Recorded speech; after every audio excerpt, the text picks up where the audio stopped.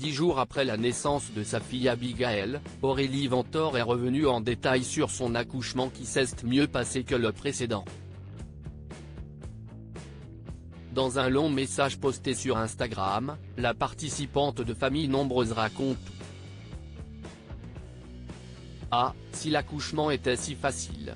Dans un long message posté sur Instagram ce samedi 11 novembre, Aurélie Ventor a raconté en détail la naissance de son 5e enfant, Abigail, née le 2 novembre à 16h27.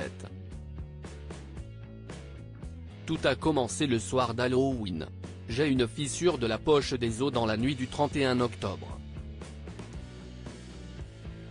Après un test pour vérifier que c'était bien une fissure, me voilà hospitalisé avec un délai de 48 heures pour accoucher de façon naturelle, sinon on déclenche bébé, a-t-elle expliqué. Mais après avoir testé les allers-retours dans les marches, les promenades et exercices sur le ballon, rien n'y fait et le 2 au matin je suis déclenché, a poursuivi celle qui avait été traumatisée par son précédent accouchement.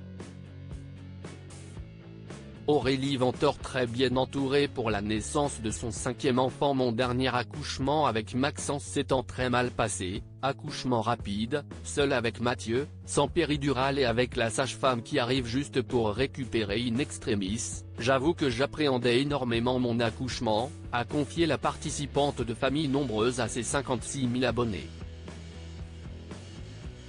Aurélie Ventor a été rassurée quand elle a constaté que tout ce qui l'entourait était aux petits soins. L'équipe médicale le savait et a vraiment pris en compte ce point. J'ai donc été considérée, on m'a déclenché avec l'ocytocine, j'ai eu le droit à la péridurale. On m'a expliqué toutes les étapes et on venait régulièrement me voir. Déjà le contexte ne pouvait que m'aider, a-t-elle reconnu. Les larmes d'Aurélie Ventor lors de son accouchement puis les contractions se sont d'un coup rapprochées, présentes toutes les 2 minutes, et malheureusement j'ai eu quelques soucis avec la péridurale qui n'était pas assez forte car microdosée, mais j'avais une pompe pour l'activer, a-t-elle poursuivi. Donc au bout de 20 minutes elle me soulageait à nouveau, pile au moment où bébé a décidé de venir au monde, a ajouté la maman. Quand la sage-femme m'a dit que ça y est, bébé était engagé, je n'ai pu m'empêcher de pleurer, ça y est le plus difficile était fait, je parle niveau douleur et accompagnement.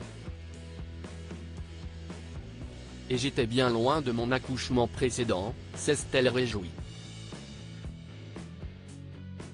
Une équipe médicale et un chéri au top pour l'accouchement d'Aurélie Ventor. La mère de famille a bien évidemment pu compter sur le soutien très précieux du papa. Mathieu m'a tenu la main lors des contractions douloureuses et je peux vous dire que ce geste m'apaisait beaucoup.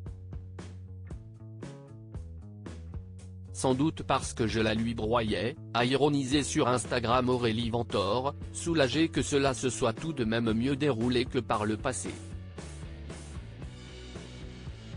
Et parlant de cette équipe médicale que je ne peux que remercier, elle permet à ce jour que je ferme définitivement le livre concernant les accouchements de mes enfants avec une note positive, a-t-elle commenté.